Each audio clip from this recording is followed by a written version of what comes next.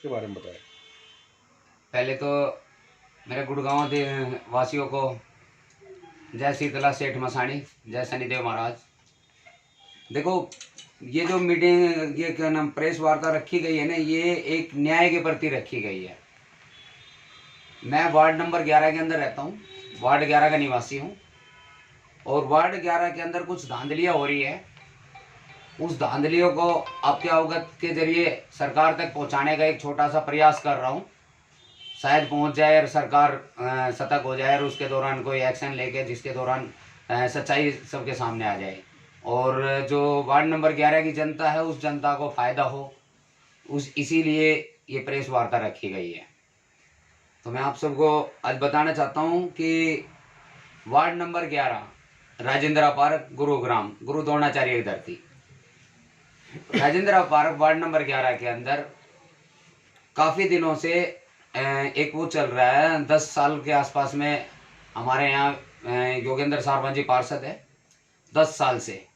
और 10 साल से ही एक ऐसी बात चल रही है कि सफाई कर्मचारी और सुपरवाइजर, इन दोनों के बीच की बात, सफाई कर्मचारी और सुपरवाइजर दोनों के बीच की बात और पार्षद की बात, आपस में यूं गठबंधन से मेल मिलाप करके वार्ड नंबर 11 से पैसा पीना जा रहे हैं। और उस पैसे का भांडा फोड़ रहा हूं मैं, वो पैसा कैसे पीना जा रहा है मुझे भी नहीं पता था, लेकिन जब बात सामने आई तब उसके दौरान मैं प्रूफ कर रहा हूँ इस चीज को। तो ये मैं आपको दिखाना चाहूंगा कैसे। जैसे कि वार्ड नंबर 11 के अंदर ये हमारे पास में लिस्ट है, पूरी लिस्ट निकाल रखी है, ठीक है, हाजिरियों की। तो ये क्या किया हुआ इन्होंने, 25 मेंबर हाल फिलहाल अभी चल रहे हैं, बाकी पहले 29 मेंबर थे, 29 का ये थे हमारे यहाँ जो कार्य कर रहे थे सफाई कर्मचारी। तो 29 में से जो अभी हाल फिलहाल में 25 हैं, 25 के अंदर जो मौके पे जो वार्ड नंबर 11 के अंदर जो एक सैनिक के रूप में काम कर रहे हैं वो है 10 से 12 सैनिक के रूप में काम कर रहे हैं, जो अपने पद की गरिमा को देखते हुए, कर्मचारी की गरिमा को देखते हुए वो अपना कार्य निष्ठापूर्वक अच्छे से निभा रहे हैं, लेकिन को ही दे दिया गया। अब ये समझिए, यही वार्ड नंबर 11 का क्या नाम वो करेगा। तो मैं आपके चैनल के माध्यम से ये पूछना चाहता हूँ कि क्या सरकार जिस तरह से ये कार्य हो रहा है इसके ऊपर रोकथाम लगाएगी, या हमें मजबूरन आमरण अनशन या हमें चौगरदुने बैठ के धरना प्रदर्शन वगैरह अपनी हक की लड़ाई लड़ने के लिए हम कहीं पे भी जा सकते हैं, कुछ भी कर सकते हैं, हम पीछे नहीं हटेंगे कुछ करने के लिए। तो आपके चैनल के माध्यम से मैं ये पहुंचाना चाहता हूं, सरकार तक भी बात पहुंचाना चाहता हूं कि ये जो तानाशाही, हिटलरशाही जो चल रही है, और जो एक वार्ड के अंदर नहीं, ये सभी वार्डों के अंदर, एक गुरुग्राम के सभी वार्डों के अंदर इसी टाइप में बातें चल रही है। जो अगर से मेरे वार्ड के अंदर मैं ये बात पकड़ गया तो मुझे पता लग गई, लेकिन अदर वार्डों के अंदर भी ऐसा ही हो रहा है कि 70-80 हजार लाख, आप खुद लगाइए कि अगर जब 10,000 रुपए के हिसाब से अगर जब 12 बंदे नहीं आते हैं तो 1,20,000 रुपए हो गए।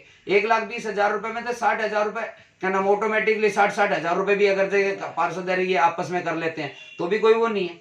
तो ये चीज हर वार्डों के अंदर से चला आ रहा है, इसके ऊपर रोकथाम लगाने के लिए मैंने यह बात, ये प्रेस वार्ता रखी गई है। तो मैंने आपके सामने प्रदीप जी, नगर निगम के अधिकारियों के ऊपर आपने भ्रष्टाचार, उसके जवाब आए हुए हमारे वार्ड के अंदर जो टोटली अगर 40-50 करोड़ रुपए से ज्यादा का कोई भी ग्रांट नहीं आई 10 साल के अंदर, और 150-200 करोड़ रुपए वार्डों के अंदर क्या नाम काम हो चुका है। 150-200 करोड़ रुपए का हर वार्ड के अंदर काम हुआ है। ये नहीं है कि बीजेपी सरकार ने पैसा नहीं दिया। आपने घोटाला का नाम लेकर उजागर करने के नाम पर आपने प्रेस वार्ता करी, कितने का घोटाला है?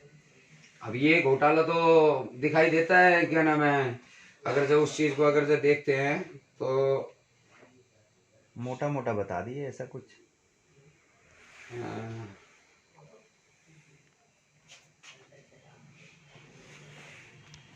8,40,000 रुपए का, 1 लाख। मैं तो 10 बंदों की एवरेज लेके चल रहा हूँ, ज्यादा का भी हो सकता है, कोई वो नहीं है। 10 बंदों वाले किसी का पूछने। तो अब सरकार से क्या मांग है आपकी? सरकार से मेरी जो मांग है वो यही मांग है कि जो ये घोटाले हो रहे हैं इन घोटालों को बंद किया जाए। हम बीजेपी सरकार के खिलाफ नहीं है, बीजेपी सरकार अच्छा काम कर रही है, लेकिन ऊपर के अधिकारी अच्छा काम कर रहे हैं, नेता जो है ऊपर के अच्छा काम कर रहे हैं, लेकिन जो नीचे जो गंद फैल चुका है उस गंद की तरफ भी ऊपर के नेताओं को ध्यान देना पड़ेगा। प्रदीप जी, आगे आपकी कार्रवाई क्या होगी अगर आपका ये वो नहीं होता तो?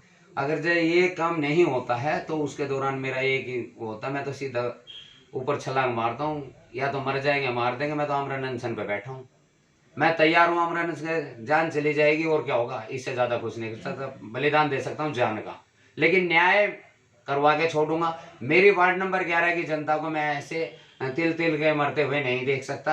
मैं मेरे को जो उनके लिए जो हो सकेगा ना, मैं उतना करूँगा।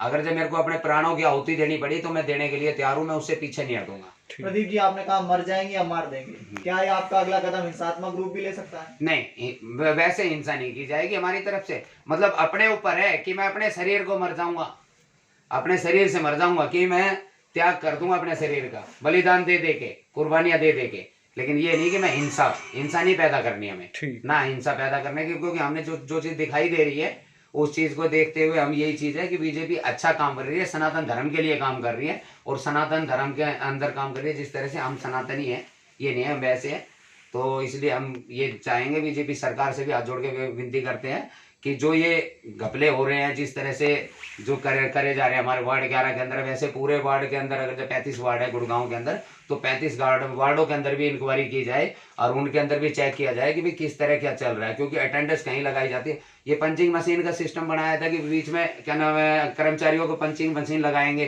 तो उसके दौरान आज वो कहीं पे भी पंचिंग मशीन का सिस्टम हमें तो दिखाई नहीं देता। ये हर जगह लागू कर सकते हैं, तो क्या सफाई कर्मचारियों में नहीं लागू होने चाहिए?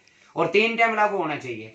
ये 2 टाइम हाजिरी लेते हैं, एक बार सुबह ले लेते हैं हाजिरी, एक बार दोपहर में लेते हैं और शाम के टाइम में फिर छुट्टी करते हैं, तब उसके दौरान लेके ये इस टाइप में दिखाते हैं, लेकिन बीच में फिर पूरे दिन गायब होकर फिर वो अपसेंट लगा रहे हैं। ये तो घोटाला था साफ साफ, वो मैंने घोटाला ओपन कर दिया है। ओके, ठीक है, कोई भी एविडेंस या कुछ वो चाहिए, हाजिरी का रजिस्टर की कॉपी का जो टाइम है वो मेरे पास है, सारी दे सकता हूँ। ओके।